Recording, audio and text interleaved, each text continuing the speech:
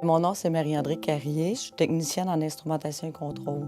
Une femme va faire quelque chose, mettons, une femme va rentrer travailler en quelque part, qui ne sera pas compétente, qui va être lâche. Bien, dans cette industrie-là, ça veut dire que toutes les femmes, on est comme ça. Tandis que si on a un homme qui est lâche, qui n'est pas compétent, ça, il n'y en a pas de problème. Fait que chaque femme, qu'est-ce qu'on fait, a une importance pour les autres femmes qui vont nous suivre. Certains milieux masculins opposent une résistance à la présence des femmes. Déjà peu nombreuses, seulement la moitié des femmes dans les professions à prédominance masculine restent au-delà de 5 ans. Mon nom est Sophie Briard, je suis professeure agrégée au département de management. Je suis titulaire d'une chaire de leadership en enseignement femmes et organisations. Pour les femmes, ce qu'il y a de particulier, c'est toute la dimension de la maternité. Ça peut avoir des conséquences sur notre dossier de publication. Les cours, ça peut aller parce qu'on est remplaçable plus facilement, mais au niveau des publications, quand on revient, il faut reprendre nos recherches et tout ça. Bien, c'est un défi supplémentaire. Mon nom est Lina Dubuc, conseillère aux ventes en audiovisuel.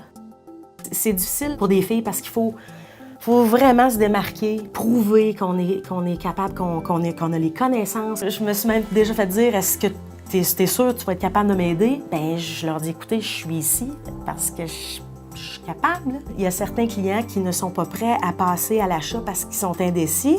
Puis là, je fais juste appeler un de mes collègues, puis souvent, bien, le client va terminer la vente avec un gars. Les obstacles rencontrés par les femmes dans les milieux majoritairement masculins sont multiples, interreliés et généralement méconnus. Préjugés, manque de soutien, isolement et harcèlement, ces comportements ont un impact sur la santé physique et psychologique des travailleuses. Il y a comme un couteau à deux tranchants de dire qu'il faut faire la place aux femmes, parce que quand on a un poste, on ne l'a jamais à cause de compétences égales. On l'a toujours à cause qu'on est une femme. Jusqu'à temps qu'on fasse notre place, là, ils disent « Ah, oh, était à compétence égale aux autres. » Il y a peu de filles qui vont faire du son parce que les clients vont se sentir plus en confiance avec un gars. Si c'est une fille en arrière de la console, il y a toujours une incertitude. Même si on se dit « ben voyons donc », on l'a à l'intérieur, ce jugement-là facile. J'en ai vu, moi, passer des filles ici, mais elles ne sont pas faites assez fortes pour rester, car on les épaule pas assez. On leur dit pas assez qu'elles ont une valeur.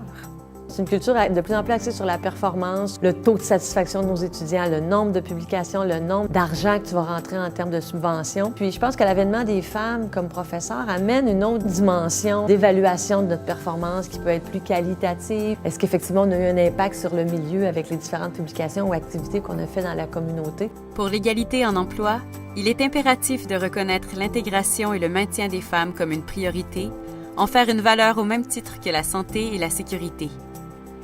Les milieux de travail gagnent à devenir plus inclusifs.